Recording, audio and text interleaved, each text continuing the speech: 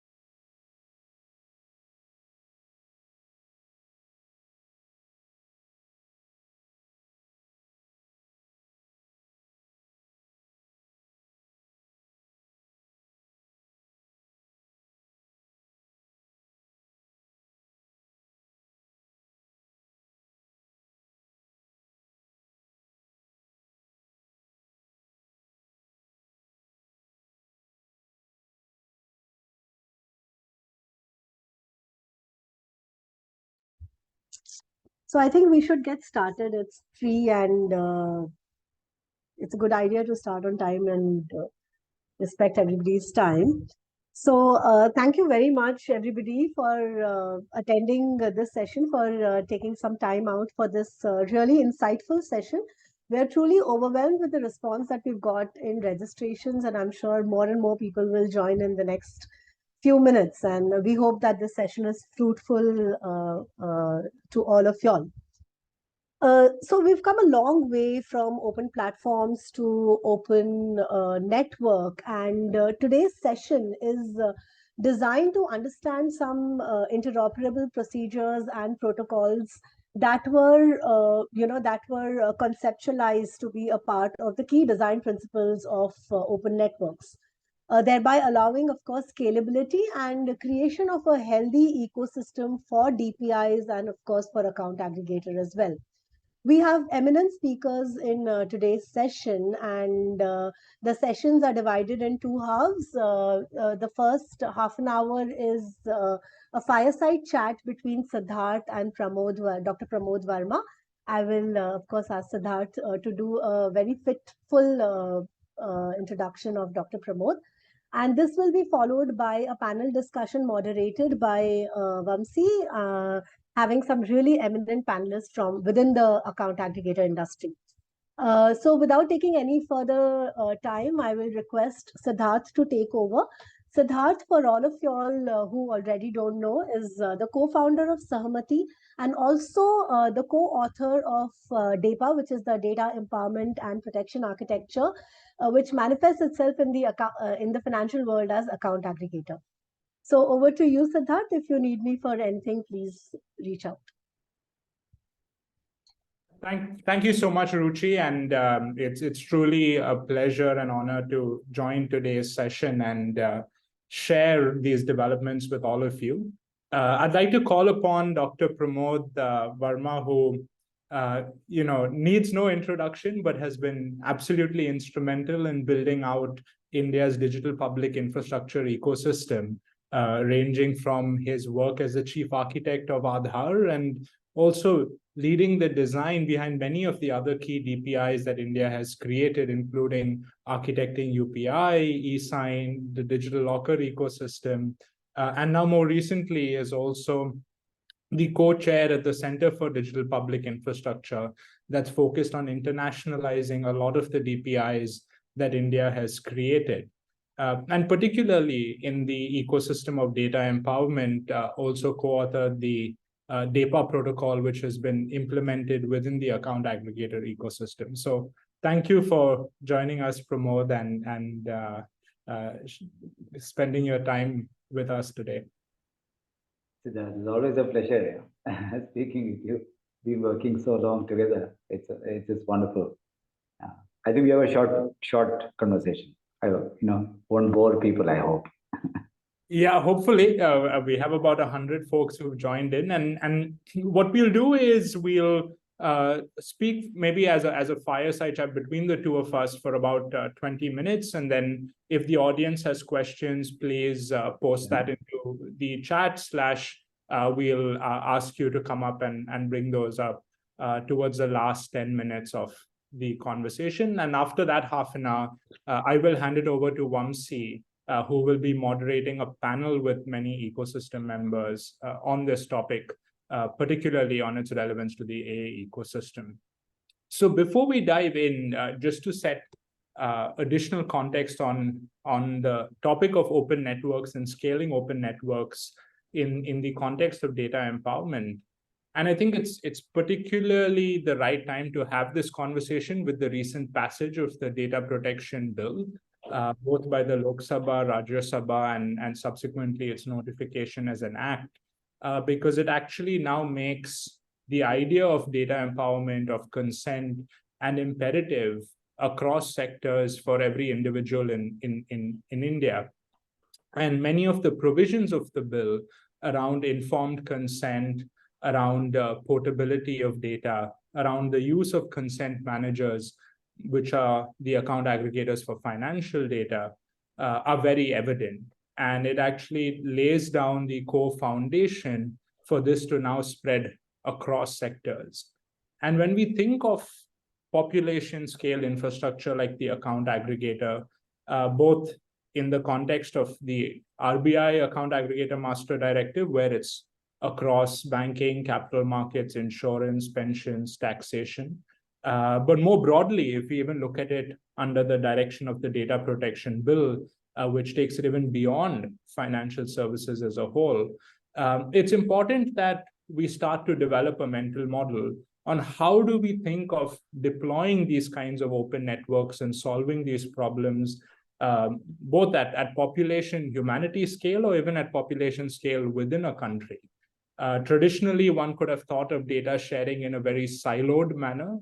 We could have created a common platform or one central service. And there are many pros and cons to that approach. So maybe to kick it off, Pramod, as we look at these problems that India is trying to solve for in financial inclusion, in health inclusion, in improving educational outcomes, these sort of large population scale problems, and even in your own journey as a computer scientist, as you've looked at APIs right from the early days and the evolution of the internet, maybe it would be useful if you could share with the listeners how do we really look at population scale networks, and what are the fundamentals, what is the evolution, and what are the constraints? I mean, why should we think about networks? Why should we think about protocols? How is that approach different from the traditional mental model many of us are used to, which is one large platform that sits in the middle, or one centralized service or portal that is often created? Maybe if you could share that, that would be a good vantage point to kick it off, and then we'll take it from there. Yes, Sid, I think it is important for us to look at the history of computing a little bit to understand why digital became a very platform-centric naturally. And it's very, very interesting to watch that. And history, knowing that history and the trend is very critical for us to see where we are going with that. As digitization kicked in very early, 60s, 70s, much of the digitization were very, very large mainframe-like computer, right? Mainframe, tandem, digital, much before your time. So these computers were expensive. Very few big companies or university, one or two universities could own them. Very, very centralized by design because of the complexity of the computing environment and the cooling and the largeness of that thing. And that, interestingly, that mental notion carried through, because as the digitization expanded into financial services, for example, and many people who've been there will realize the branch-based automation, banking automation that kicked in was not about you and I. It's not about consumer. It was digitization of the insight, digitization of the workflow. So they would buy, more at that time. By then, it was slightly more client server architecture. I don't know that you ever heard that term, but it was starting to break away from the central mainframe to saying, oh, okay, we don't need one computer to do the whole thing. We could have a slightly more, few computers that actually one acting as database, one acting as application server, and so on, starting to come in. That notion that kicked in.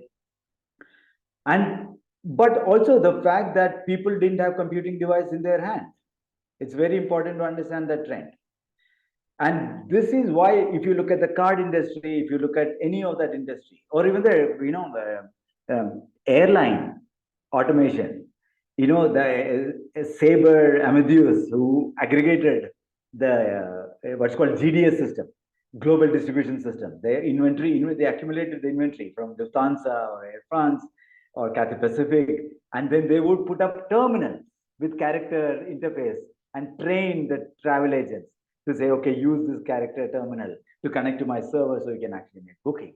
Where the consumer was all physical, they were all paper. They would walk into a travel agent, or they would walk into a bank branch, and the teller might use a computer, but I don't, as a consumer, use nothing to do. We fill a paper, right? That lasted for a while. But meanwhile, internet started. And the notion of internet was that it is a network of networks. It was never a centralized, the topology of the network. Topology of the network is not that one big server in the middle and then lots of pieces connected to it, right? There was no big server in the middle. It was many, many, many servers interconnected through standardized protocol called HTTP. And the transfer, like GSM transferred voice packets, HTTP transferred through TCP/IP, below that, data packets. But even then, if you look at much of the enterprises continued in the enterprise era of digitization. And then, of course, post-internet, people started saying, oh, people do have a computer at home. By then, Bill Gates' original dream of a computer in every home has started to come in. Not every home at human scale, it didn't happen, but for a large population. Then the bankers, if you look at banking industry, or if you look at commerce industry, they said, okay, I can give you a self-service kiosk or a self-service, whether it's an ATM or whether it's an internet banking portal. You would open a bank account. Now it's Siddharth. Now you have a computer access. Hence, you can actually log into our computer system and do some stuff yourself. If you want some advance, you come to branch, right? And this lasted for a while, lasted for a decade, until the next revolution kicked in, which is the revolution of smartphones and connectivity. The two things that parallelly kicked in is abundance of cheap phones and abundance of connectivity in one sense, right? So what is really happening is that this is the first time we are looking at where every home, probably every adult, in no question of time, and our growth of smartphone India actually tells a story, right? Will have a computing device, a powerful computing device in their hand. It is as powerful or more powerful than actually central core banking server they used to buy in 95 or 96, right? It is more powerful than that. That means now the mental models ought to start shifting. This also, I want to give you another trend. So think about it. Every human being, every device is a computing device. Every home has a computing device. The interfaces are going touch and voice, much more natural to human beings, not the artificial geekish keyboard, which we invented for ourselves, right? Now, everyone, my mother can use comfortably, right, her smartphone and actually still send messages on WhatsApp or whatever she does, right?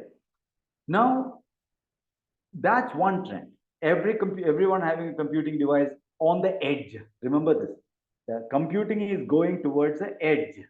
from a mainframe to client server to internet banking and laptop to absolute powerful computing to the edge, right? And that's one trend.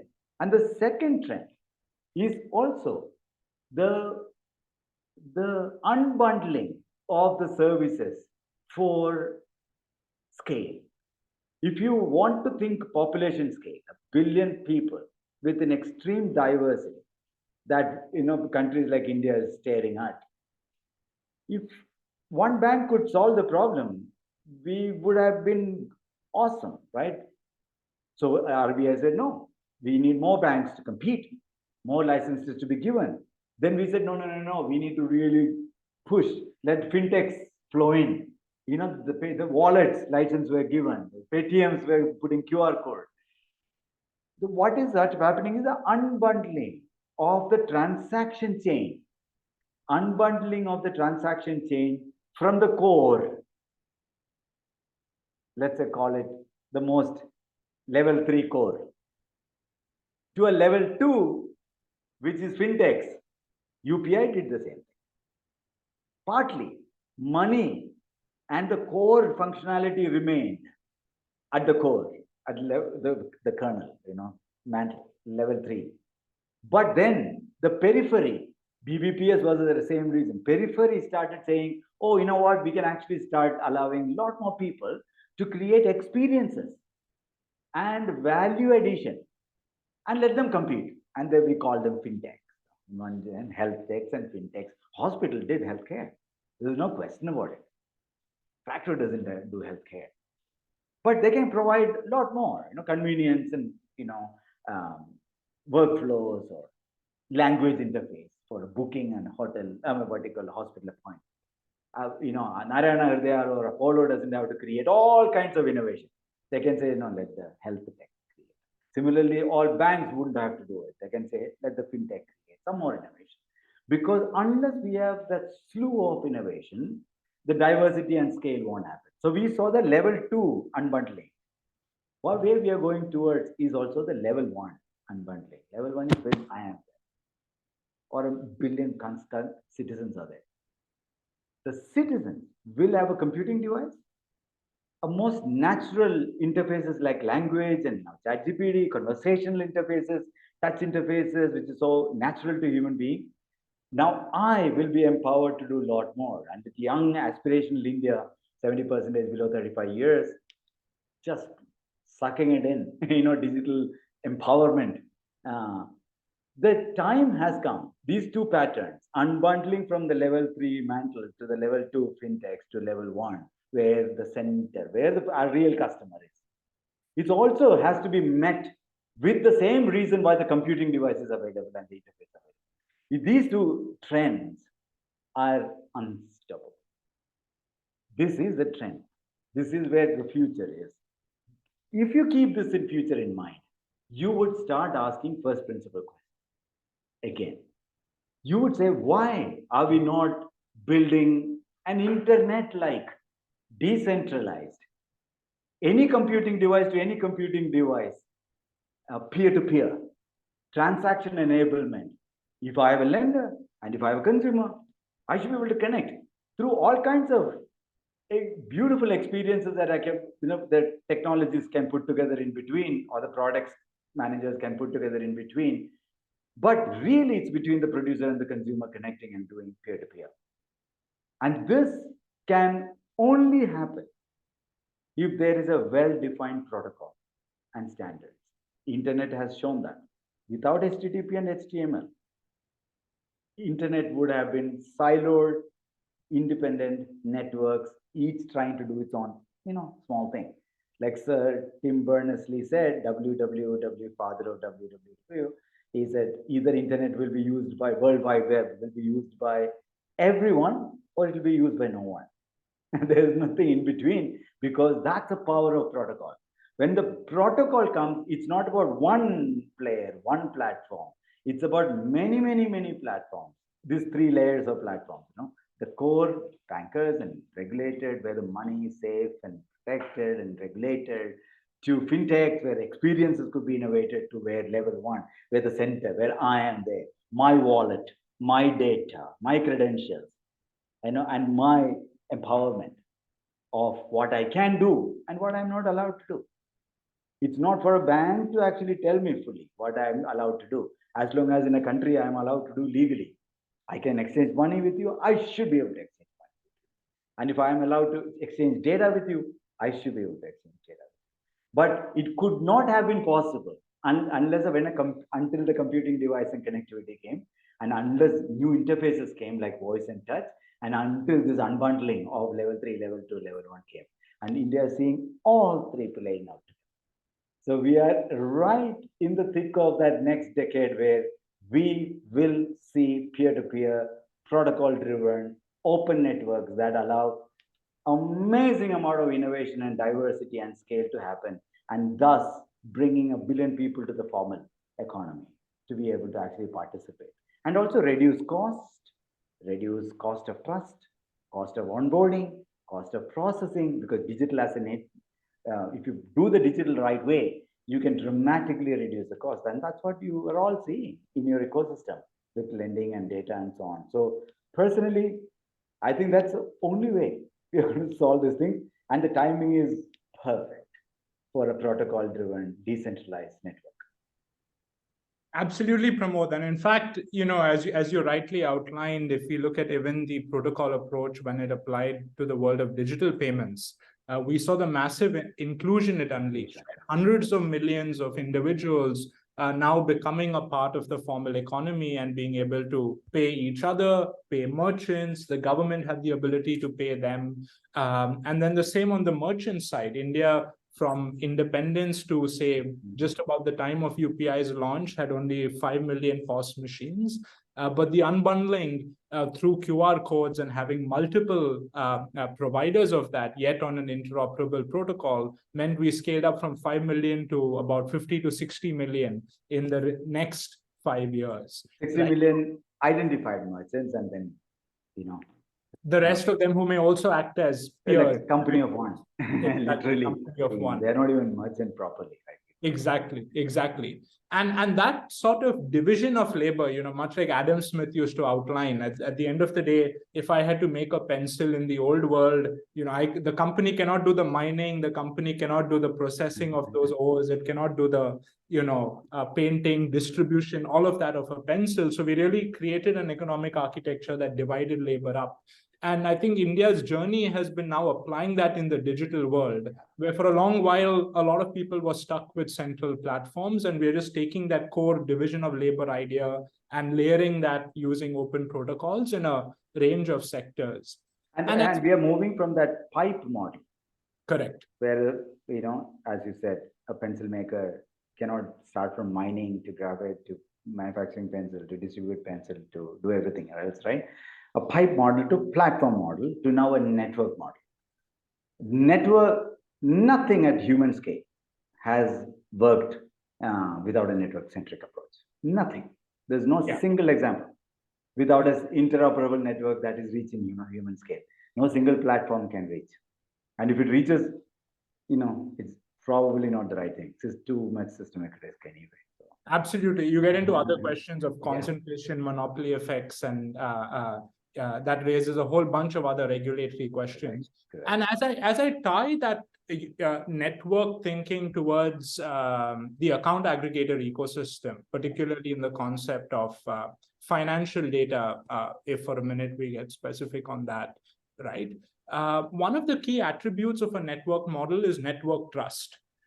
So traditionally in the financial sector in India, and if you look at the early evolution of it, where we were still formalizing, people didn't have bank accounts, small number of people participated in the capital markets, very few even signed up for insurance products. That is radically changing over the last few years, right? We're talking about hundreds of millions of individuals now participating in the formal economy and tens of millions of MSMEs.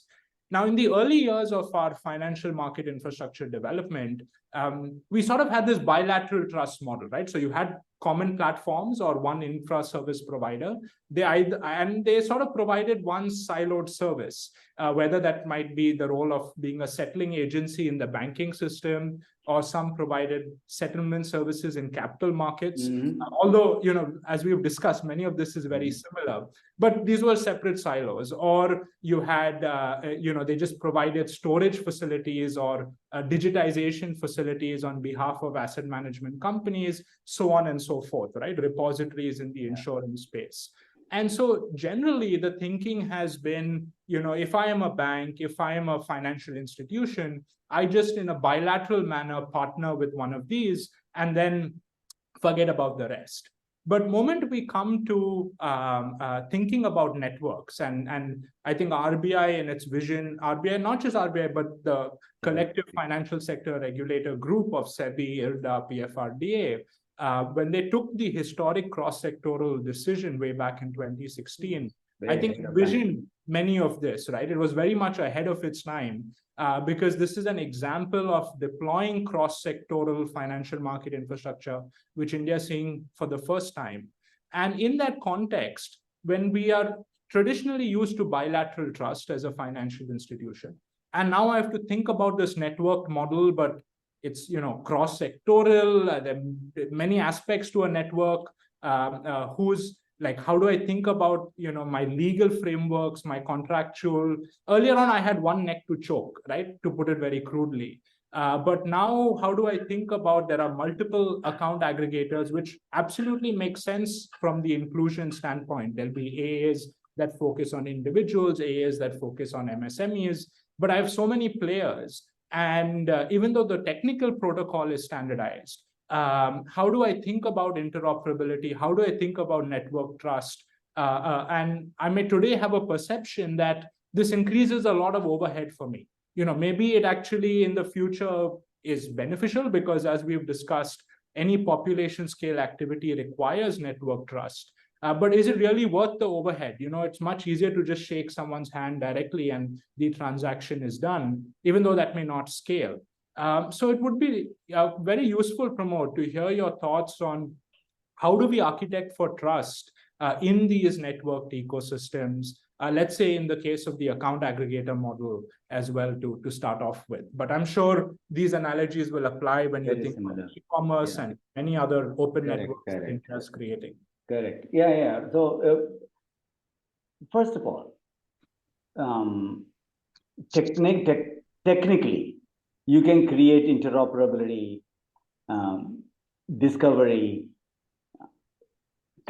secure connections and all that thing, and at a technology level. That's what internet does. Very simple. When I type SBI.com or HDFC.com or any of these websites, I'm creating a secure tunnel, a secure connection. And there is already well-established protocols and technology elements there that allows the TLS handshake to happen, a secure pipe to be created, and the counterparty to be trusted, saying that, okay, I am indeed connecting to the bank's website and so on, right? So there are method to that madness. But one of the things, the great sin of internet was also that internet did not deal with identities, right? Identity of people, identity of things, because it was beyond the original internet vision itself. It was a connected internet, connections, mostly connected networks. That was the imagination about that. So one of the things that we ought to do when we come to business transactions, we need to also understand a mutual authentication, unlike a browser to website, where it's only a one way. Both need to trust each other that, are you a regulated player under this regulation? Are you even who you claim to be? And same way, you have to trust me. So there are mechanisms to technology and governance mechanisms to bring together.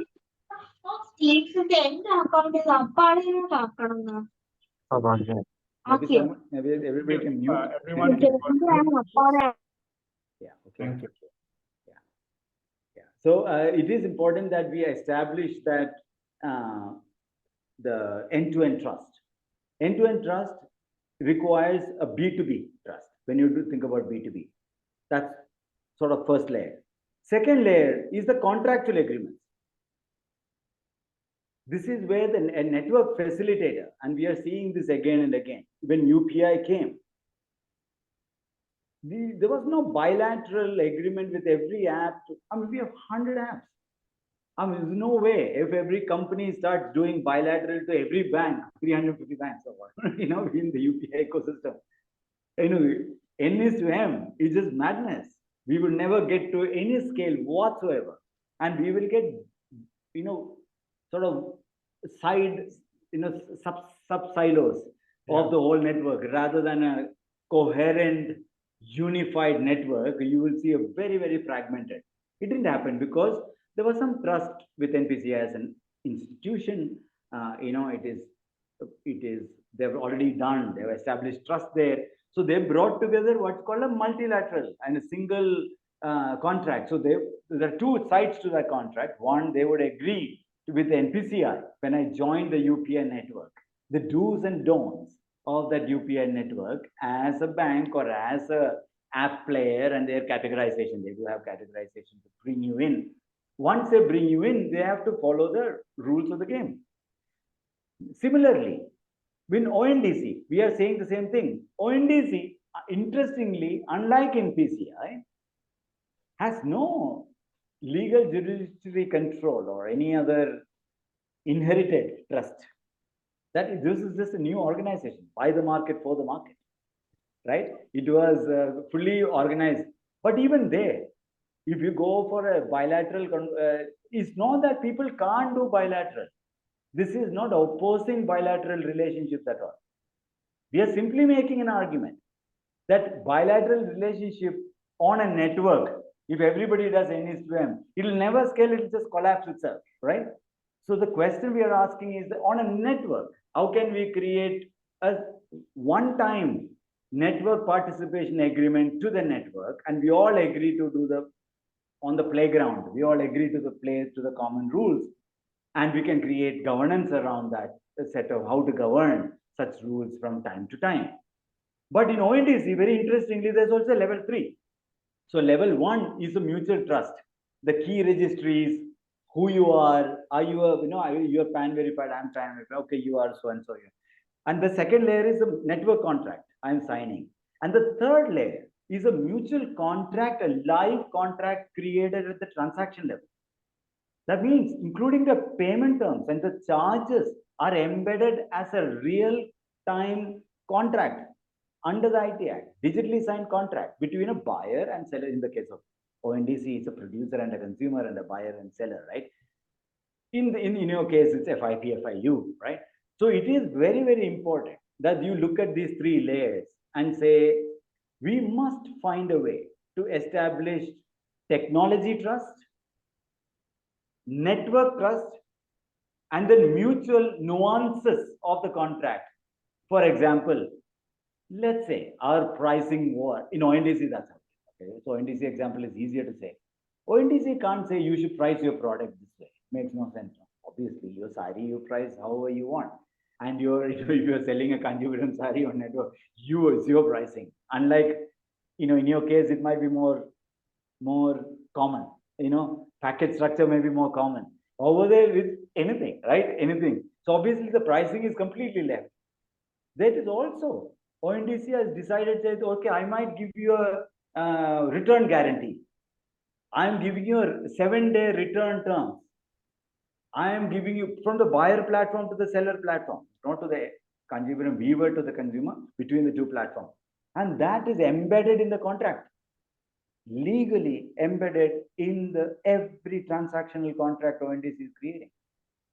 And then the ODR and so on, so that in case somebody misbehaves and somebody is not agreeing to the not working along the contract lines, somebody can actually raise a dispute and it goes to ODR, which is what you guys are also doing. So these 3 layers is very, very key, because bilateral is possible. If your dream in life is to get to 1 million people or do some, very, very contained things, nothing wrong. We always do bilateral relationship with business, right? Nothing wrong in it.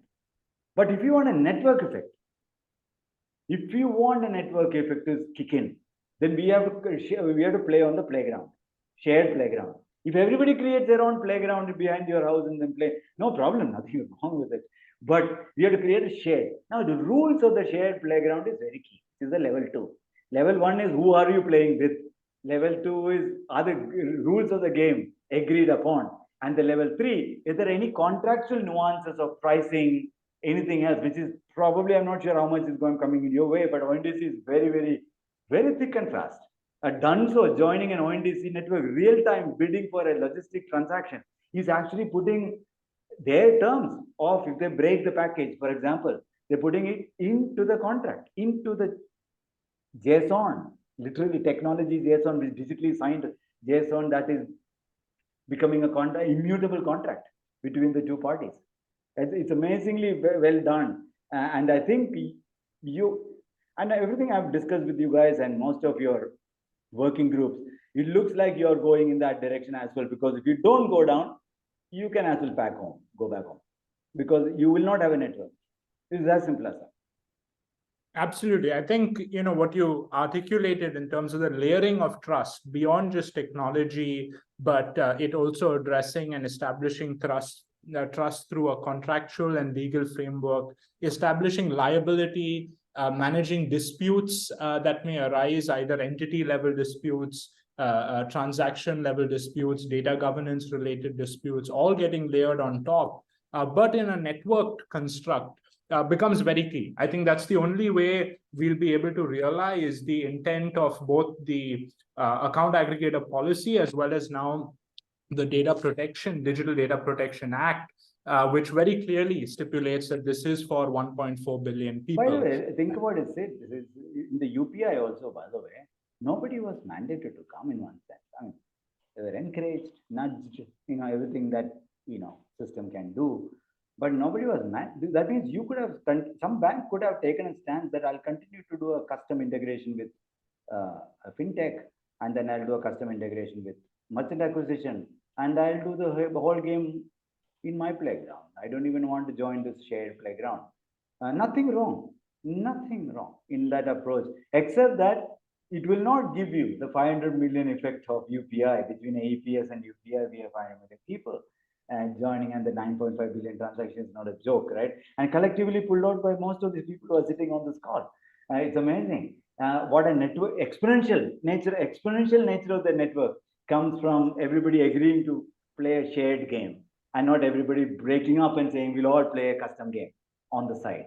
Nothing wrong, right, about it. But if you want exponential unified impact to larger effect, then AA network you can do bilaterally, or a Sahamati facilitated AA network gives you a shared playground as well for people to join. Somebody might not join. Somebody might say, I have an AA license, I'll do my own custom game. Sure.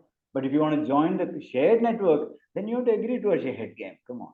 Absolutely. You can't try to free ride and leverage the benefits of a shared network, but create my own fragmented ecosystem. And I would say, to conclude, it's not just the fragmentation that will hurt this from scaling up across the country, but it will significantly hurt consumer choice and their own agency and their ability to exercise that agency through a range of service providers out in the market, and also the protection and guardrails that get offered when things go wrong.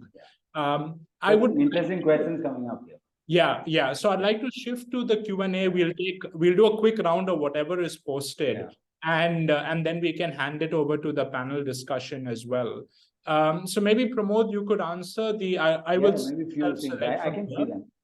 But maybe you could take the first one. Yeah. How to think about risks in the context of open protocols. Yeah, I know. I'll also take that with the privacy questions together. Yeah. You can address those two. Yeah. So it's not frankly a technology risk because we do business peer to peer. Human society at all time do transactions peer to peer. And there might be a couple of intermediaries establishing trust in the middle. Maybe other than that, really most of the transactions are peer-to-peer.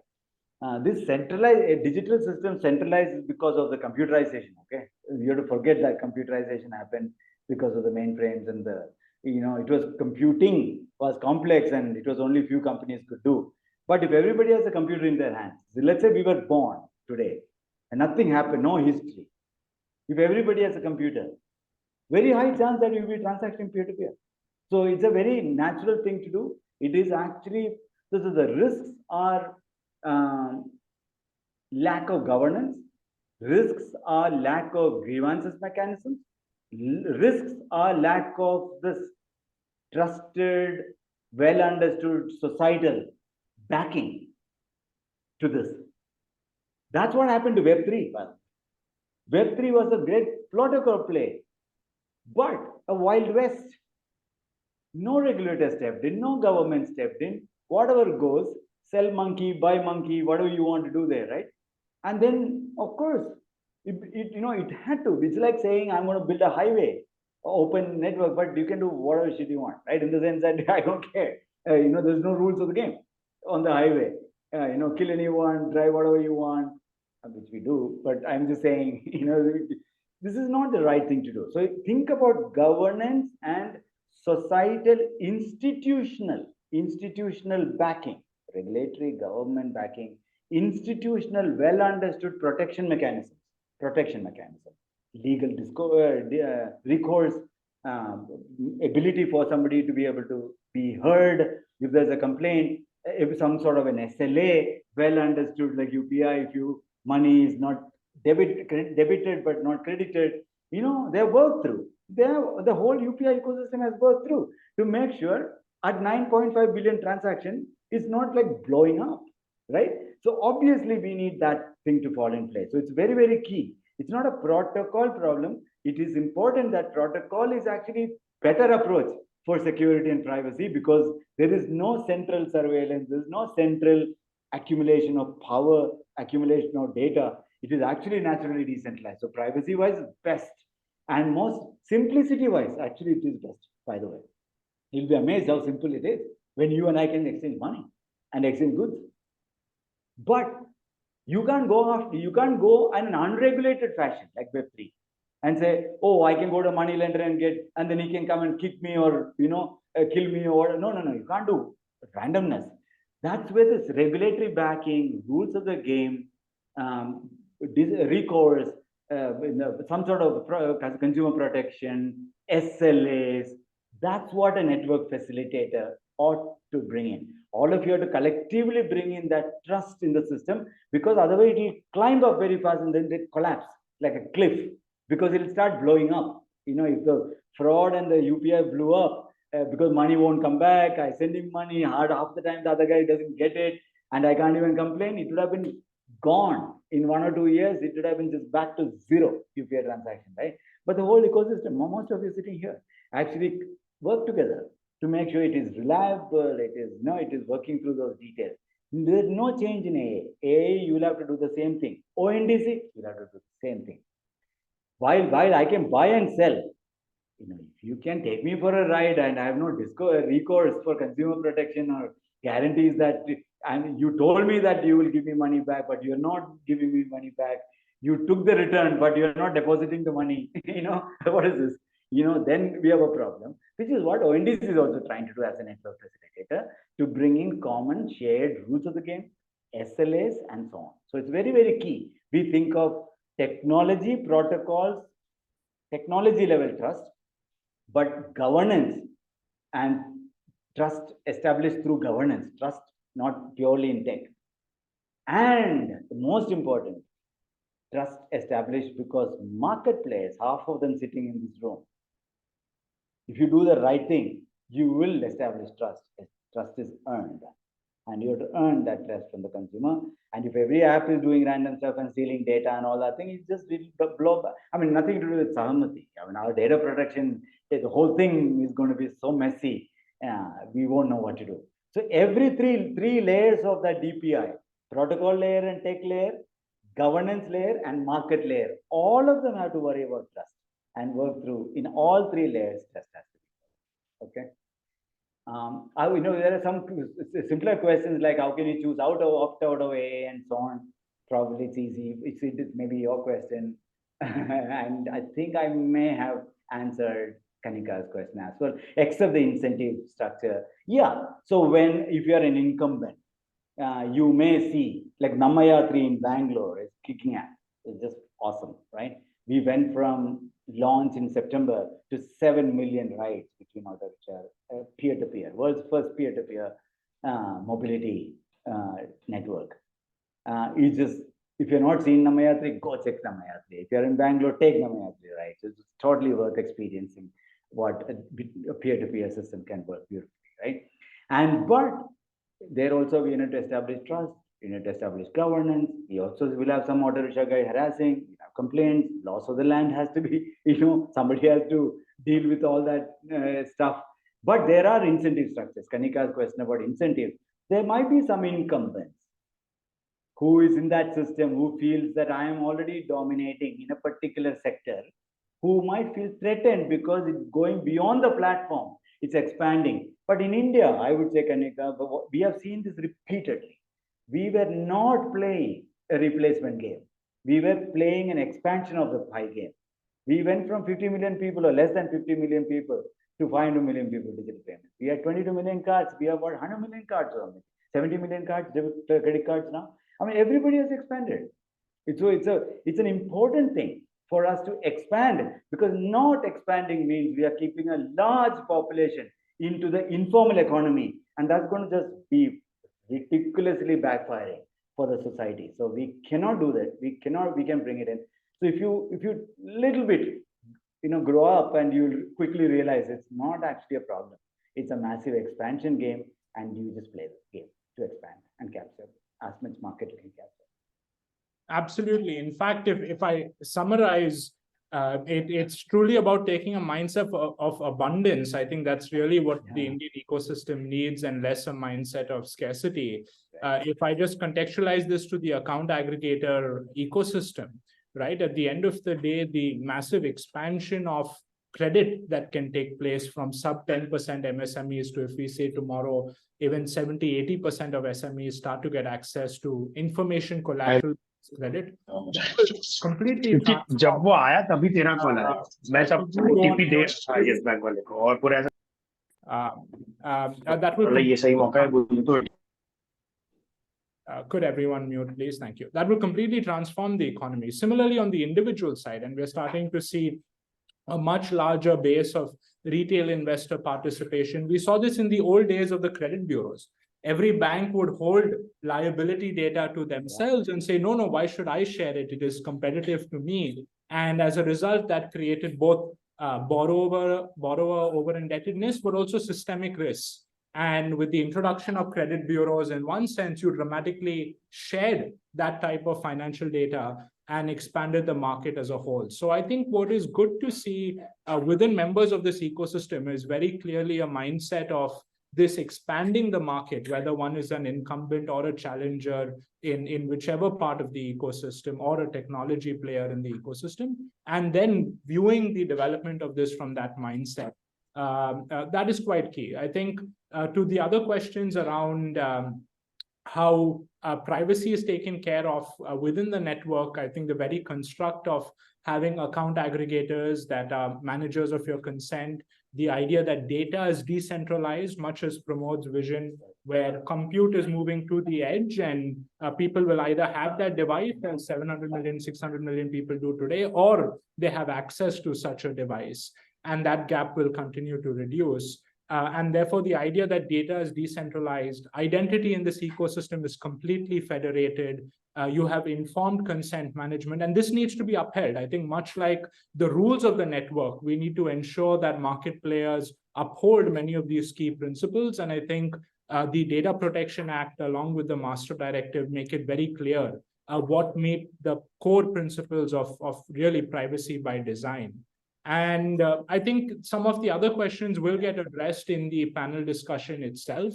So, so I'll now hand it over to Vamsi. I know we've gone over time, but thank you so much, Pramod, for sharing your insights on how do we think about open networks in general, and then of course, how do we look at implementing this concept of open networks and strengthening network trust. I think the journey over the last 4 years has been bringing about technical level trust within the AA ecosystem. But now how do we evolve it towards legal grievances, dispute management, and other contractual, commercial related network trust models? And only if we do that, will we be able to meet the varied public policy objectives. So thanks, Pramod, and thank you, Sid. over to you. Pleasure. Thank you.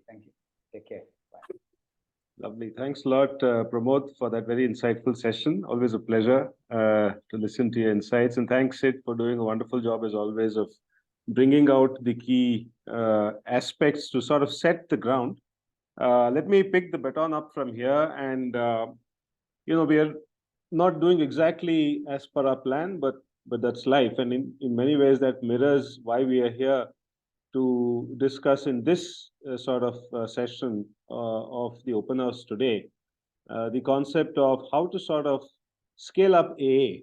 And fundamental to that, and a very specific subtopic there, is how to establish what Pramod and Sid spoke about as the level 2 and level 3 of trust mechanisms.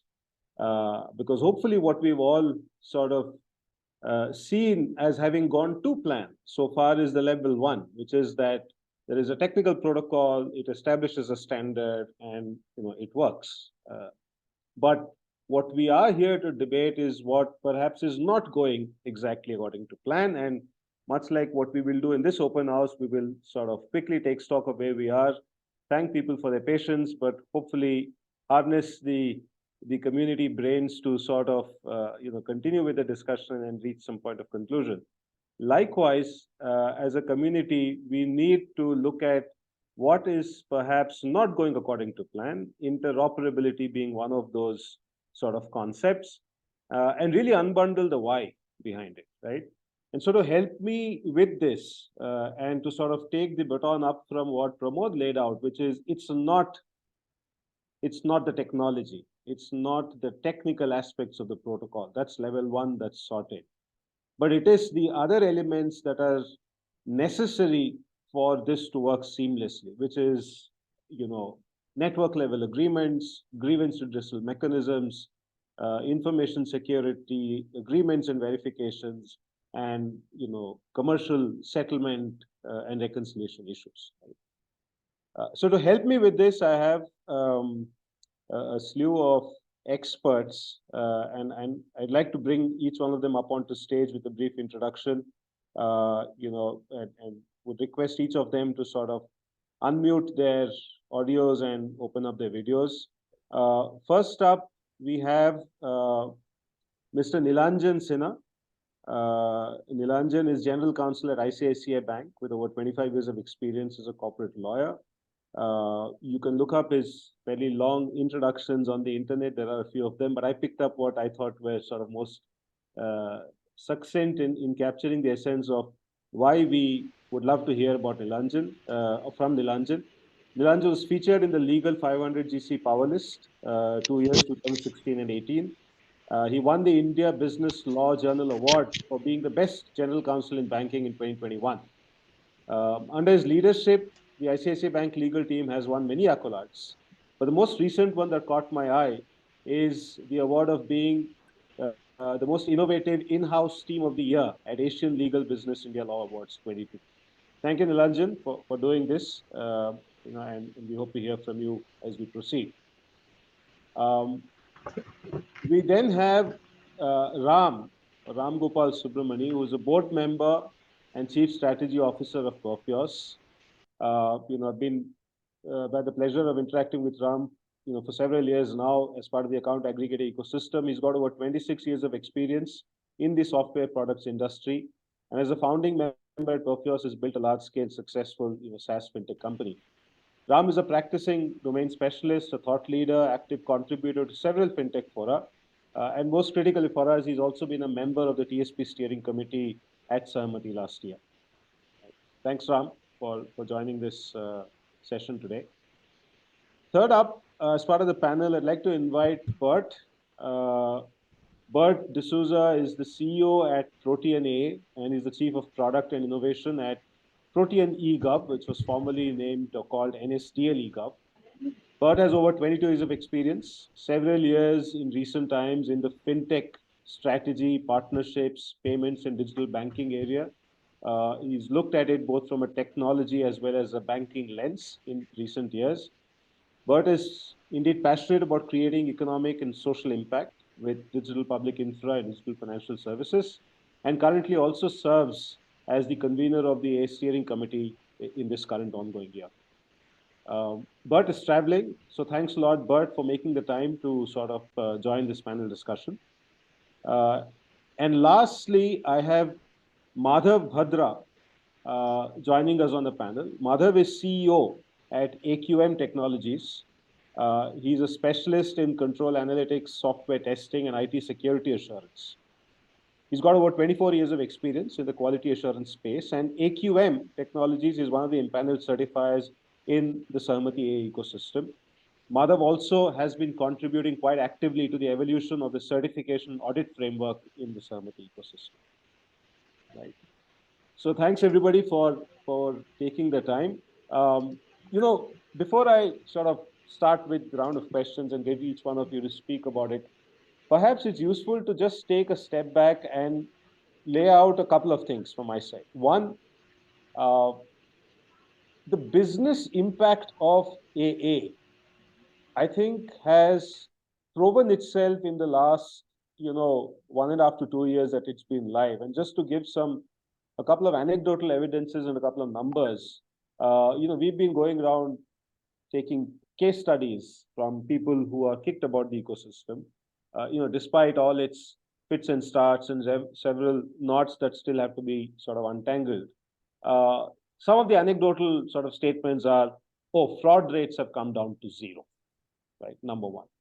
Number two, my cost of actually acquiring a customer and the cost of processing a loan has come down by 75%. Number three, my top line revenue, pretty much on the lines of what Pramod spoke about, the expansion story versus the current replacement story. Top line revenue, because of better underwriting and because of looking at personas that one was not able to look at, has grown by 27%. And these are actual numbers being provided by people that have experienced have measured the impact of it, and are therefore investing further in bettering the ecosystem because they can clearly see that this is the way to go. Now, if you look at numbers from the expansion standpoint, we've got over 1 billion customers ready to use AA. We are scratching the surface of that. We have just about in the 15 to 20 million mark in terms of number of customers who've actually successfully experienced AA. But by sheer dint of establishing an ecosystem that proves itself that this works, one of the metrics that many researchers and analysts have said is that from the current 200 million sort of thick file credit served population, we will immediately leapfrog to nearly double of that. About 170 million, 200 million new customers could actually get formal access to just credit, and that's just credit. We know the stories in terms of insurance and pensions and investments, etc. So very clearly, there is a clear business case for everybody in the ecosystem to join in, make this work for themselves, and also make this work for the country. Now, with that preamble, what we're really here to unbundle is the mechanisms required for trust, whether it is legal, infosec, or commercial. How do we ensure that we sort of go over the current hump that we seem to be in the Sahamati ecosystem or in the AI ecosystem in general, where while technology is working, we have not yet reached those choice metrics that the spirit of this entire sort of techno-legal rails and regulations are intended to fulfill for the customer, which is you can choose any A, you're guaranteed that you will be able to share your data from your bank A to financial institution B, right? So while we've discussed in the first half, I'd like to first turn to Ram for him to sort of in his own words articulate what we've discussed in the past is a problem we've seen in the marketplace, which is quite often there seems to be this misconception that it is the technology to blame. And Ram, as a technology service provider and as someone who's probably been part of several conversations, how do you think TSPs can sort of convey more effectively the fact that their gateways indeed are interoperable, that they comply to the spec, they can enable connection for FIPs, FIUs, and therefore customers to any account aggregator in the network without having to build custom or proprietary pipes between? Hey, Vamsi, thanks a lot for having me. I mean, the account aggregator is, for me, it's a 7-year-old journey. We started way back in 2016, right? So it was about first evangelizing to institutions and banks, saying that why we should even participate. So from that perspective, I see where we are today and the problems that we're talking about, right, is obviously problems of evolution of scale. So which are good things to have, right? And I think in the last couple of years, the amount of progress which the whole ecosystem has done is amazing and the impact is amazing. Okay. So I would say the aspects that you've seen in the last couple of years, okay, have largely been about an ecosystem emerging, right? And when there's something new, there's always confusions, right? Okay, because there are always the approaches of being very prescriptive, about certain things. Okay, but interpretation. I mean, I'm sure the latest one, which is the data privacy bill, which is out there. Everyone will have different views about what the bill is. How do you interpret it? Who's a data controller? Who's a data processor? Correct. Okay. In the AI ecosystem, I think, fundamentally the specifications were there. They were well implemented. And probably with Sahamati and this thing, and also the AI ecosystem, right? We were the first ones to probably have a well-defined interoperability, standard and test and certification, right? So, which meant that from a technology aspect of whether it is the AI interacting with an FIP or an FIU interacting with an AI, okay, with whichever gateway provider, as a TSP providing the gateway or the financial institutions building their own stack, right? There was a mechanism to certify that the specification is being complied to the 100%. Okay. So I would say we actually, in one of the parts is we went and solved from a technologist mindset, and we did not solve it from a ecosystem or evangelizing from a business perspective. Okay. So which was a part of it. So we said we have written this specification, there is a test suite, everything works. So people should just plug it in. And if we look at the part of, especially in the context of banks, obviously now after on, we've had the capital markets players like CDSL and SDL come on board. Insurance is still early stages, but then you have 7-8 insurance who are participating as FIP and FIU. With the entities under RBI, both banks and NBFCs, correct? I would say the aspects that we came as challenges and which you kind of outlined to was, first part was the need to participate. I think that's something which a lot of businesses got convinced. Then the operational aspect of participation come into play, right? Now, unlike an Aadhaar, which is a single database, and then you had the ASA, AUA, correct? GSTN had your GSP, okay, correct? And in UPI also it's a payment rails, but then you leverage the existing infrastructure of an NPCI, right? So which was not a many-to-many relationship. Although UPI was many-to-many relationship, but then you had a gateway which interface. And it was kind of given practice, okay? UPI was just another form of payment. So I know Me Too is not the most popular word to use, but it was a Me Too phenomenon. But AA was not that. AA was something very new, right? This was data protocol, this was data exchange. And I keep saying the fact is, you're transferring money. At the best, you have a technical glitch. Like your ATM, in your ATM, you withdraw money, it goes back, you have a recourse, right? In your online transaction, payment doesn't get fulfilled, you have a recourse, right? Now here you're dealing with something very different. It was not currency, but it was information. Data as a currency, which is what A has enabled. So from that perspective, and as it went from a POC to mainstream, and which we saw in the last 18 to 24 months, right? People started getting serious. So then they start thinking about the legal contours of it. What kind of an agreement should I have? Should I have an agreement with every AA, right, as an FIU? Okay, now FIPs were only enabling, there's no contract. But they had to look at the fact is I'm giving away my customers' data. tomorrow, if there is any kind of a complaint as to how this thing was there, what are the adults that they have?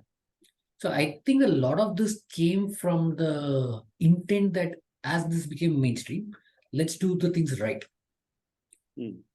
Whether it was the terms of participation, which also evolved with all the, with obviously the participants in the ecosystem, both the FIPs, FIUs, As, and then obviously Sahamati playing a big part in getting everyone to the same page, right? So in terms of contracts, some of those things came in. Obviously the interoperability test framework made a mechanism to say that technically things are not fun. But again, you came into the part is you're giving away data. So that's where information security aspect came from a compliance perspective. Obviously all FSRs, all the REs have their FSRs, they have their outsourcing norms, they have compliance audits, right? So then that became an aspect to consider. So I would say many of the things that we saw in the last 18 to 24 months were things about going mainstream. This was not anymore, I would say, just cowboy riding into the town. This was about a cavalry riding to the city. Okay. Now, when you get an army of things coming in at scale, there are always things about putting the checks and balances in place, and which was the part of it. So I think some things have got streamlined. There are other things which we can streamline because again, it's the scale of the participants in the AA is humongous, right? What are 13,000 banks? If you consider cooperative banks, all those things put together, you look at the brokerages, you look at the insurance firms and all this, right? Anyway, you are around 25 to 30,000 odd institutions who can easily participate. And as the spectrum of the AA ecosystem as a consent manager expands beyond financial industries and other parts of it, right? The potential is just huge. So which means establishing trust. You're dealing with data. I think one part is with the privacy bill coming in now, and hopefully the next few months and a year, as things get cleared out, right, as to what the engagements are, there is also backing for it. I'm just in the context that we are recently doing a contract in Kenya. Kenya has a data privacy and protection bill. So one customer came and said, I need unlimited liability. The privacy bill there clearly says that if you're a data processor, your liability is capped with so much. You went back to the customer and said, this is a part, right? This is what the part is. So I think first from an information security, obviously every TSP gets their solution certified by a certain empanel. Okay, correct. And other part is all A's are REs, right? But the RE to RE relationship trust is something which we can solve too. I think that obviously some kind of a guidance from the regulator can help. From part of these today, obviously two parts, right? See, again, this also goes back to the risk as perceived by the clients, customers, their organization, right? So it's a risk appetite. Some organizations are very, very stringent. Okay, they have higher levels of security as compared to what is approved by a certain. So now, but the part is the beauty of AA is data is encrypted.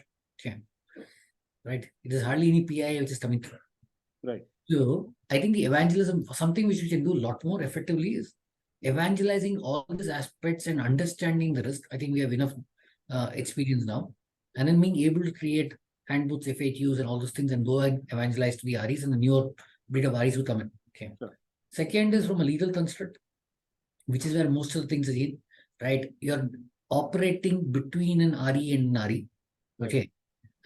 So how do you basically, which means that there itself there should be a trust. It's like your co-lending model and some of the other parts of bank and NBFC funding and all this, right? Or a bank acting like a distributor of a mutual fund or a insurance, correct? There again, there are some constructs. So I think the evolution and probably treating account aggregators as first-class citizen at par with the bank, NBFC, a mutual fund, insurance company, okay, right, can help the process, I would say. Got it. No, thanks, Ram. So I think, just to paraphrase, I think what effectively is saying is that there have been teething issues. So the misinformation or misunderstanding about the TSP's ability to sort of effectively technically enable interoperability is just a teething problem. That will be solved as the ecosystem scales, and what we really need to do is unbundle the legal, infosec, and other aspects. So with that, it's probably a good segue into what I'd like to sort of get Nilanjan's views on. But before that, Nilanjan, if you could sort of kindly switch on your video. I'm not sure we can see you. Yeah, Vamsi, Good afternoon. I'm very sorry, but I think for either you have blocked my video because I'm not good enough, or there is a technical problem, so I'm not able to switch on my video.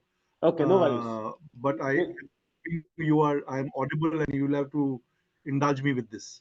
No worries at all.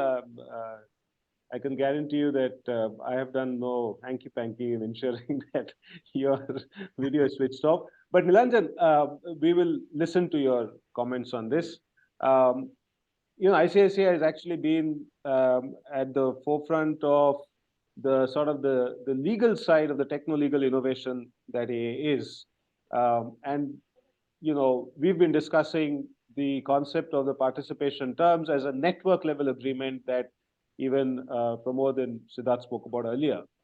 But it's been a mixed bag. There have been several participants in the ecosystem who are signatories, who understand it, who've hopped on. But at the same time, there are several that haven't. And so my question to you is, how would you advise we sort of get buy-in from the legal fraternity of the ecosystem to do this? Because very clearly, it seems evident to many of us that unless there are network level legal agreements or an agreement, not even agreements, in place, we would end up not really having a network, although technically it is all set. What's your advice?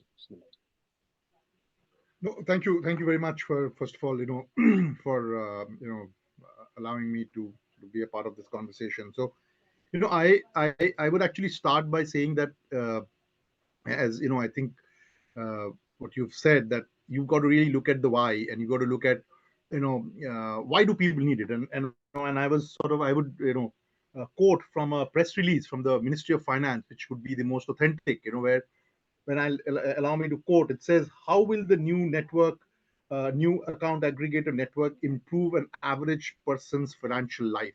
I think that's where it starts.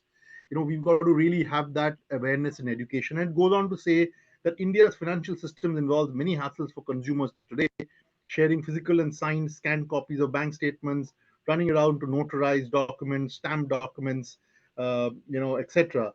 The account aggregator would replace all this with a simple mobile-based, safe digital data access and sharing process.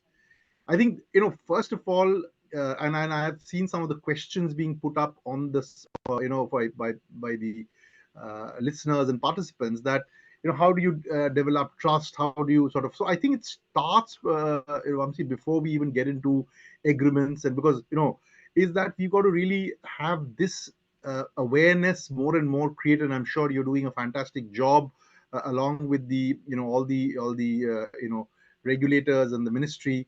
But this is something which we need to, I think, focus on and get people to understand that once you're able to sort of, this is what the benefit is for everybody. And then, once you are able to have one,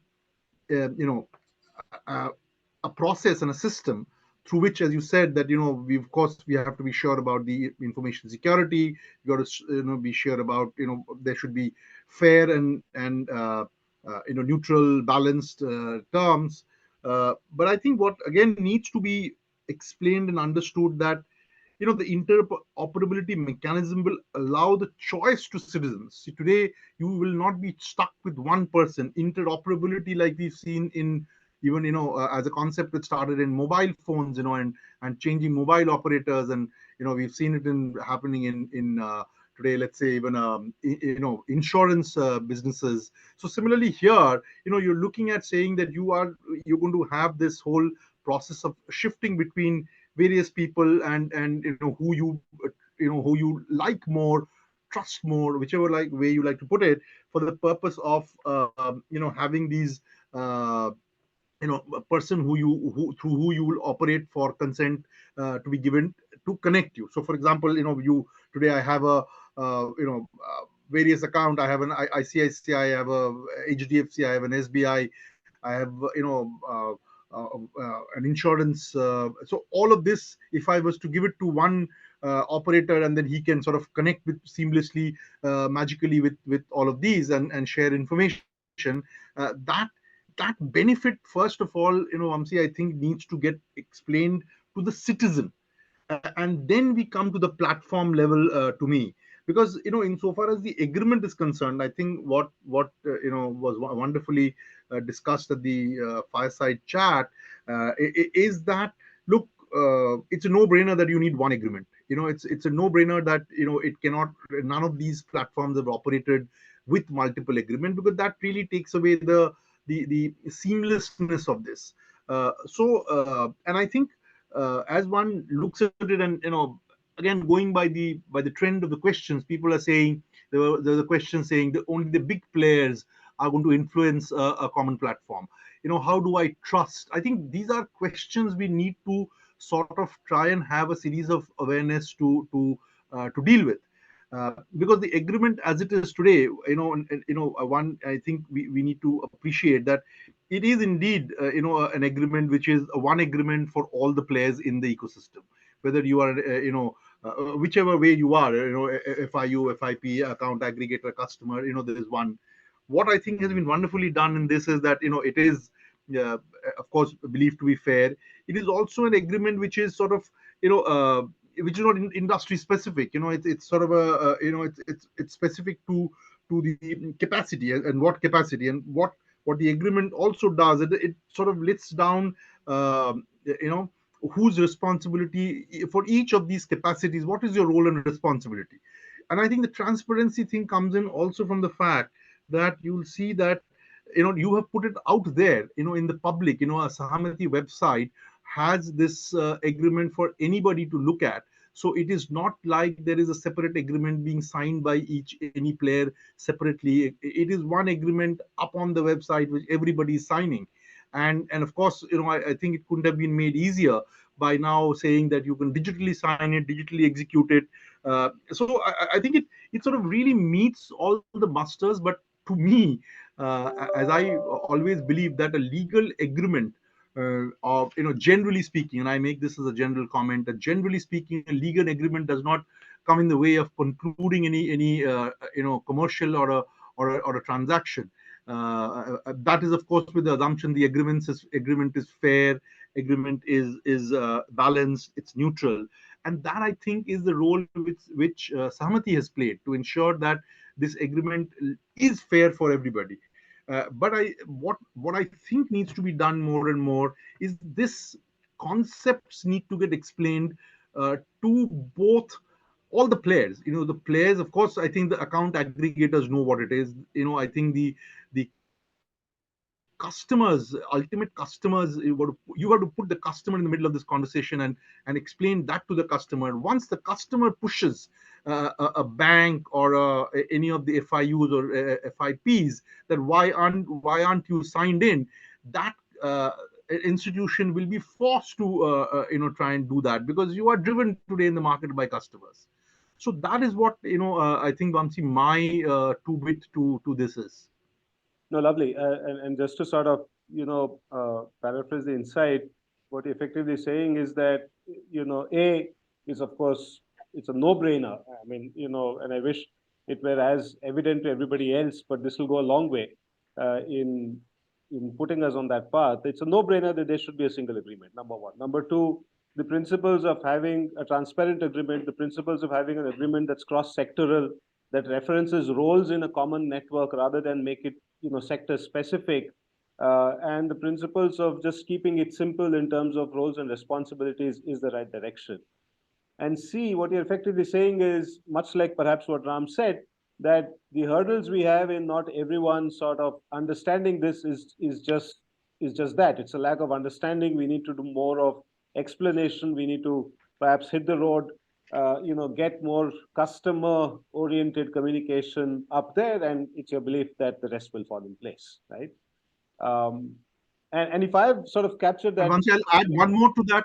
I'll add one Please. more sentence to that. That your transparency is stellar, because it is up there in public domain for an agreement to be signed. So it is not an agreement which is getting signed separately. Of course, there could be some commercial considerations, and I am personally a proponent, and again, this is my personal view.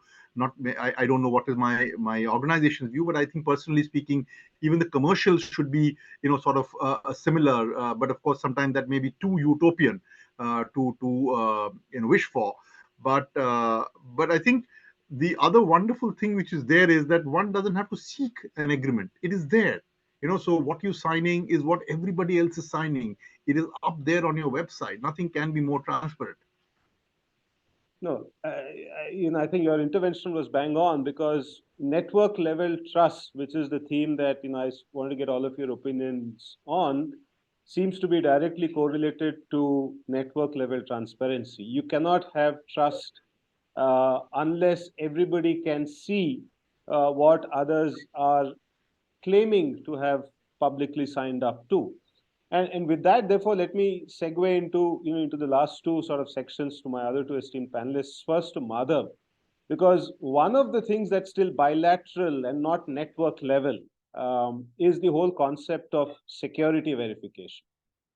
We've been in several conversations where what we still see happening is that the legal teams may understand the concept of a network agreement, just like Nilanjan explained, but when it comes to security, there's often this notion that must be done still by each team on its own with each account aggregator. And so you have a regime today where, while technically and legally we may sort of solve for it, we still have a problem where there is this hurdle where the InfoSec teams come in and say, I have my own way of doing things, I have my own checklist, and I need my other partners in this network to comply with it. Your thoughts, Madhav, on what you think can happen, drawing on your experience across domains. How can we solve this problem, if not fully get on the direction, or can we even solve it fully? Would love to hear your thoughts. I think we can't hear you. You're probably on mute. Yeah. Thanks, Vamsi, for inviting us to talk on this subject. From Dr. Varma till Nilanjan, if you look at what we are talking about is trust. And in information security interface, the trust would come if my needs for the information securities are satisfied, right? So if we dissect the needs of my information security, then we will be able to pinpoint that this is the solution for each need, right? First need for information security would be that anyone coming on my doorstep for asking for data, that interface, I should be able to trust that interface. It should be secure. It should be it should be coming from an authentic source, right? The second aspect of it is that whoever is asking for data or whoever is asking for information from me, what is the native governance structure of that person or that entity? Whether my data are going to be handled properly, whether they will be misused, what are the governance restrictions that particular entity has, right? These are two technical needs. There is third need, which is more to do with compliances, right? Now, regulators will ask for proof of me verifying the security. So third-party risk or assessment, I have to submit report to my regulators, right? Besides, there is a heavy presence of public sector enterprises in India and on ecosystem also. So for them, the compliance need doubles up because owners also ask for proof of verification, right? They have to submit returns to ministry as well, right? So if these needs are satisfied, then I can trust, right? So how do we dissect each these needs? How do we solve these needs? So like I am aware that some of the initiatives are going at Sahamati level, and the person who is coming for asking for data, so centralized authentication, registry authentication, so that I don't need to every time ask for the trust. At least for one time when he's coming first time, I'll ask for the trust. And then later on, since it is coming from a secure or trusted source, probably my infrastructure will allow him to come and take the data. The second aspect is the governance of the native governance practices of the person who is collecting data from. For that, a centralized, or I mean, though we are talking about decentralization, but for governance, we need to again go back to that some centralized mechanism where everyone is following the standard protocol for governance practice, right? And the third need is related to compliances, where not only the governance architecture or governance model to be in place, but even the people who are asking for proof, lobbying with regulators or maybe lobbying with ministries would be needed. That okay, whatever proof is submitted by this governance model, that will be accepted as the valid proof, right? So that the FIP or FIU do not have to spend repeatedly for additional governance requirements here, right? When we create a centralized governance model, it should not add up into the overheads, governance overhead of the FIP, FIU. So there has to be a reusability of verifications, right? Like in various other models, in case of PCI DSS, or in case of let's say capital market, where SEBI has asked for testing of each and every software that broking houses are using, right? Now, if these softwares are purchased from let's say third party, then single verification done by that third party is applicable across. Whoever is using that software can use that report of and can submit that report to SEBI. So everyone do not need to spend on governance. The common report is okay, right? The SEBI will accept that, or the exchanges will accept that.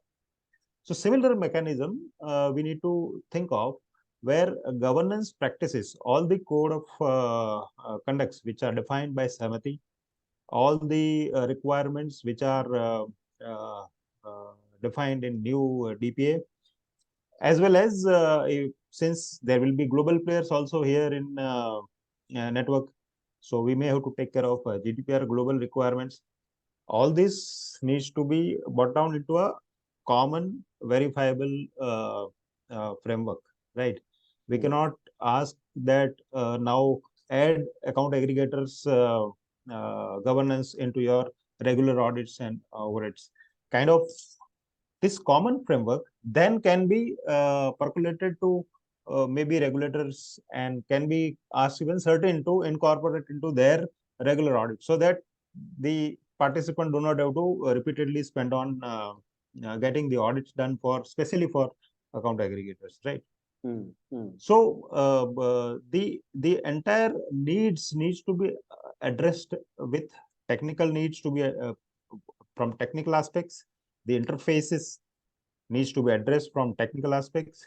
The data governance needs to be addressed from with data governance model, and compliance needs to be addressed through proper interfacing and lobbying with the people who are asking for the proof of verification, right? If this everything is done, then the trust, then now I will trust, right? Whoever is asking, okay, I know that it has come from source. I know that, okay, there is someone is taking care of data practices of that person. And I am not repeatedly required to report to my owners and my regulators, right? If these three things are taken care, I would trust more. And I would not ask for trust verification for every transaction. Maybe I will ask for once, right? So that is where I was of the opinion that it may not eliminate 100% verification needs, right, of information security of whoever is coming. I will still do some initial verification, or it's like if I draw an analogy, if you carry passport of some countries where everyone trusts that country, that we know that, okay, terrorists would not come from that country probably. So those citizens would have lesser security checks, and some other countries would have higher security checks, right? But even after that, at airport, every citizen will be frisked. So whatever country's passport you hold, frisking is still going to happen. But the authentication of that, or kind of trust on that passport would reduce the further security verifications. So we need to create some central model which ensures the participants that the person who is coming to ask for data, his data governance practices are verified, right? And his security practices are also verified.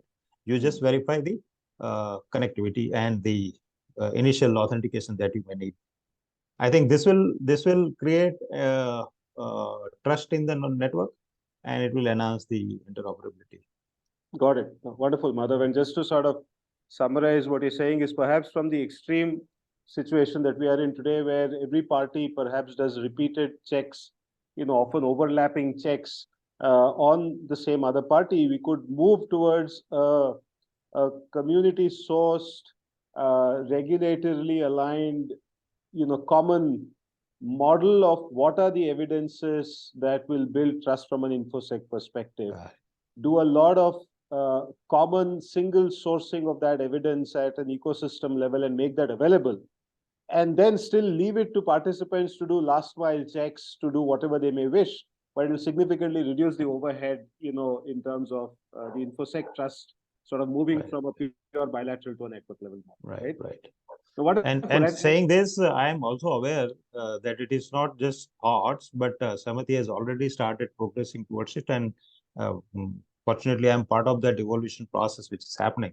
So yes, that governance model is getting evolved, and sooner or later it will come, and people would be able to be benefited by it. No, lovely. I think, and yeah, we certainly want to see some of that come through. But Bert has actually been part of not just the account aggregator ecosystem, but he's worked closely with ONDC and with the Beacon protocol, and perhaps the last piece that has a similar problem of bilateral conversations happening and not a network level conversation today is the whole angle of commercial reconciliation and settlement. And we've often heard, Bert, in fact, I was party to a conversation where one of the largest banks actually said this, saying, with so many account aggregators coming in and this thing picking up, soon we will have the problem of us having to spend a lot of man hours in doing individual reconciliations and settlements. So much like the InfoSec angle, there is a similar problem on the recon settlement. Your thoughts on how that sort of has been solved for, if at all, in the ONDC world, and what can we learn from that? Thanks, Vamsi, and thanks for the opportunity to speak as part of this open house. So I think interoperability and trust are, in my view, the need of the hour to further scale up the AI ecosystem from where it is today. And while Protean needs no introduction, we have been, over the last 3 decades, building digital public infrastructure for almost 500 million Indians. What we are doing in the space of ONDC has given me personally a lot of learnings into how an open network can actually evolve for scale and how it can build on the key tenets of interoperability and trust. So some of the learnings I'd like to share with you and the group today on what we experienced while designing the entire recon and settlement. It's fairly interesting. So imagine a world where you have 2 complete disconnected entities or platforms trying to settle money between each other with no bilateral agreement in place. In the existing payments world, that's unheard of. And designing something like this, which would maintain trust, which would also keep accountability between these 2 entities, was extremely core to the problem that we were solving for. So the only way in which we thought we could solve this in an extremely protocol-driven way was to introduce a new actor protocol or a technology called the Recon and Settlement Provider, which could be taken on as a role by any entity on the network. And this entity or intermediary would sit between the buyer and the seller platform and actually do a 3-way recon of all the contract information which is there related to the payments and settlements. the nature of ONDC is complex. It's not like a traditional bilateral network because you have dynamic contracts. So you actually have cases where a seller might say, I have a return window of 7 days, but a second seller may say, I don't have any return window at all. And the recon and settlement provider has to actually decode these two different scenarios and then decide how to use the settlement rails to do a settlement between the two different entities who could be banking with two different banks. So this is even more complex in my mind than a multi-party UPI transaction. And we solve this in a way where all network participants, all the banks, all the settlement agencies concluded that fair, it's okay to have a process which is completely automated and which is system driven rather than have manual friction in the process. And I think for me, that was the biggest learning that came out of this exercise, that you can bring parties of an open network together, have a discussion around how do we digitally create trust by bringing in technology protocols and not introducing physical elements and processes. So that is something which I would use as kind of one of the bedrock learning points of what we could kind of lean on while we design something for the AA ecosystem as well. So the RSP ecosystem essentially brought in trust interoperability, also like the demand supply of an ONDC protocol to the payments and settlements piece. It removed every element of manual intervention, and there was no procedural, legal, or technical, work required, other than a small integration that the each entity had to do for the first time. On the ONDC learning, if I compare it with what the AA ecosystem is currently doing today, we have every entity who's a FIP or an AA who enters into a separate bilateral agreement. We also have the whole process of whitelisting, InfoSec checklist that we spoke about, which have proven to be extremely time consuming. If you look at the stats today, out of about 90 FIPs, which I see on Sahamati's dashboard, only around 20 of them are live with 5 AAs. So that's a really poor statistic, which basically gives us a stat of around 27% FIP to AA interconnections which are live. That's extremely low in a network that's seemingly supposed to be interoperable. So I think we need to solve for some of these problem statements, in a very different approach. So looking forward, based on my experience, and my recommendation would be get to a point where we bring in implicit trust. I think you touched upon this earlier as well, between the FIPs, FIUs, As, TSPs, everyone on the network, both with regards to interoperability as with regards to deciding the operating model and also the pricing interchange. So today, the way the fee structure works also between the FIUs to FIPs, is there a way we can lean on some of these new models like ONDC has to actually not have bilateral agreements between entities, even for fees and for interchange? So that is something which I'd also like to put as a point for this community to deliberate in time. What I also kind of recently encountered in a meeting with RBI, which happened as recently as last week, was that a lot of thinking on how interoperability could be solved was maybe to look at a switch or a central kind of a system in between the FIPs and FIUs, which may not necessarily be the right direction. I think there are many ways to solve this problem. It may not require any technical intervention at all. It may require other methods, which you and I have also discussed, which may actually solve the problem at scale. So I'll just rest at this point and really looking forward to get all of the AAs and the TSPs out there to kind of work in a seamless way to kind of get 100% interoperability in the next couple of months. Looking forward to it. That's a lovely summary, and perhaps while we are a little past time, it sets the stage for the next level work that we do. I think the key phrase in everything that you said is implicit trust. That we've got to move to a stage where trust is implicit, and tying all the sort of connecting all the dots together. That implicit trust will happen when there is explicit transparency of mechanisms that have already been put in place at a network level that I can at least inspect to then sort of take somebody's word, at face value that it is indeed to be trusted. And I think the second key message is that not just message flows can be sort of standardized through tech specs. You could also standardize things like commercial contracts. I mean, Pramod touched upon it earlier. You touched upon it now, saying we could actually look at procedures like reconciliation and settlement as being done technically, not necessarily paper and bilateral exchange of information. And if it can be done in one network, surely we can think of ways of doing it in another network. And therefore, that's, I think, the direction for us to go. I know that we've passed time. We may not have time for a whole lot of questions. There aren't many either. So perhaps in the interest of everybody's time, may I suggest that, especially now that we have Nilanjan's video also on, each one of you take perhaps a minute to sort of round out your views on next steps that we as a community should take on interop. We've spoken about it, but if you had to look at next sort of 30, 60, 90-day plan for what we should set down to achieving to improve that needle that Bert sort of so chillingly called out, we are at a very low percentage of connections that ideally should be there. What do you suggest we do under the Sahamati AGs? Maybe Nilanjan, starting with you, and then I'll come to Bert, and then to Ram, and then to Madhav in that order. Yeah, no, thanks. I think this was wonderful. For me, listening to everybody. So I think I will again, I think it's a wonderful line which I read in the Niti, report, and I will just read that. I think it summarizes everything.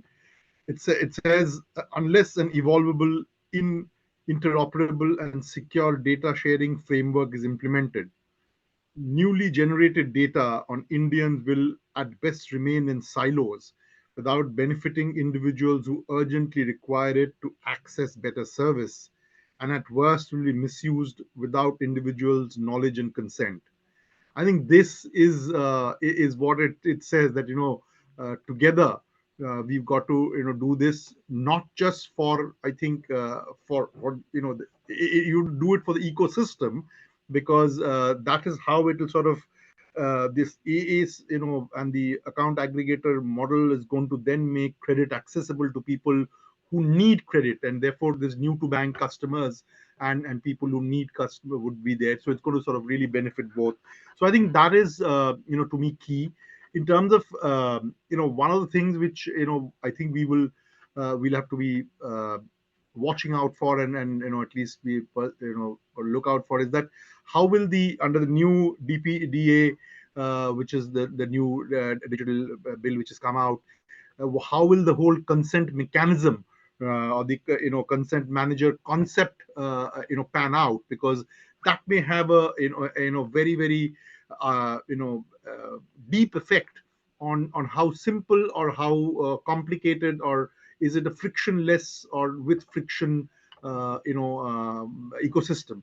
So I think that's where I guess all of us, Sahamati leading it, and we trying to support to see that is done sort of in a sustainable way. So that's what I would have to say, Vamsi. And thank you, Nilanjan. Bert, over to you for last words. Thanks, Vamsi. And Nilanjan, I really enjoyed that statement you called out. It really resonated with me. And I think from my perspective, there are just 2 points I would like to kind of reiterate and end on. One is bring in true interoperability in an open ecosystem like the account aggregator. Today, what we see today is not true interoperability. In my view, it is forced interoperability. And I think the moment we flip that switch and we get to a point where interoperability can be as seamless as what you see today on a UPI network, or even for that matter, the Bharat Bill Payments Network, it will actually just expand this ecosystem multifold. So that is one. And two is, I think, with true interoperability of also consent managers, which somebody touched upon earlier, I think the real choice will become available to the citizen. I think today we have a bunch of the older account aggregators which have been there since inception, and we have a bunch of the newer ones which have just been licensed recently. I think it would be wonderful to have all of them firing on an equal playing ground, which would then create, competition. It will give, further rise to innovation. And I really look forward to that in the next few months to come. Thanks, Vamsi. Lovely. Thanks, Bert. Ram, last words from you. Yeah, I think echo the sentiments of Nilanjan and also Bert. And I would say FOMO. Okay. And I would go with what Nilanjan started about. If we think about consumer, and the consumer demands that I want the service, every institution today will participate, right? If they see the benefit and value, So as an ecosystem, obviously the parts about getting the many of the constructs right, I think what we also need is probably a killer app or a killer product, right? Which translates to benefits. We all of us talk about MSME financing, moving the needle. Okay. But formally, even today, I've not seen a single financial institution talk about a variable price product leveraging AI, right? So innovation on the financial product sadly is dependent on a lender, okay, or cross leveraging across data across FSRs is dependent on those parts of it. So that part, if we are able to bring that kind of a value, the ecosystem would automatically see its inflection point. Got it. Got it. Lovely. So innovation is the name of the game. Madhav, over to you for last words, and then I'll round it up. So, what I would say in summary, of course, the other points of interoperability, the architectural level, that I'm not commenting right now because other speakers have covered that. But from governance, verification, model perspective, right, we need to come up with such model which does not add into my governance overheads, so that adopting that is easier and does not require much of an expenses. Got it. Superb. Thank you. My apologies to Ajit and a few others for not being able to pick your questions. I'll connect you with the panelists separately if that's okay. But lovely having you all. I really appreciate your time. We know our task is cut out and we'll get on it. Thanks, everybody. Thank you very much. Thanks. Ruchi, over to you back. Thank you so much. Thank you everyone for your time, and we're overshot by 15 minutes, but that's a good problem to have, right? So very interesting session. Thank you so much to the panelists. Thank you to Dr. Pramod for taking out time on a weekday afternoon and enlighten us all with topics that are much needed for discussion the days to come. So, and thank you to the audience for sitting through the entire presentation, the entire session. We will be putting up the recordings of both the sessions in the coming days, along with a short blog on it in the days to come on our website. It will be socialized on social media and via email as well. Thank you so much. Thank you very much, everybody. Bye-bye. Thank you, Nilanjan.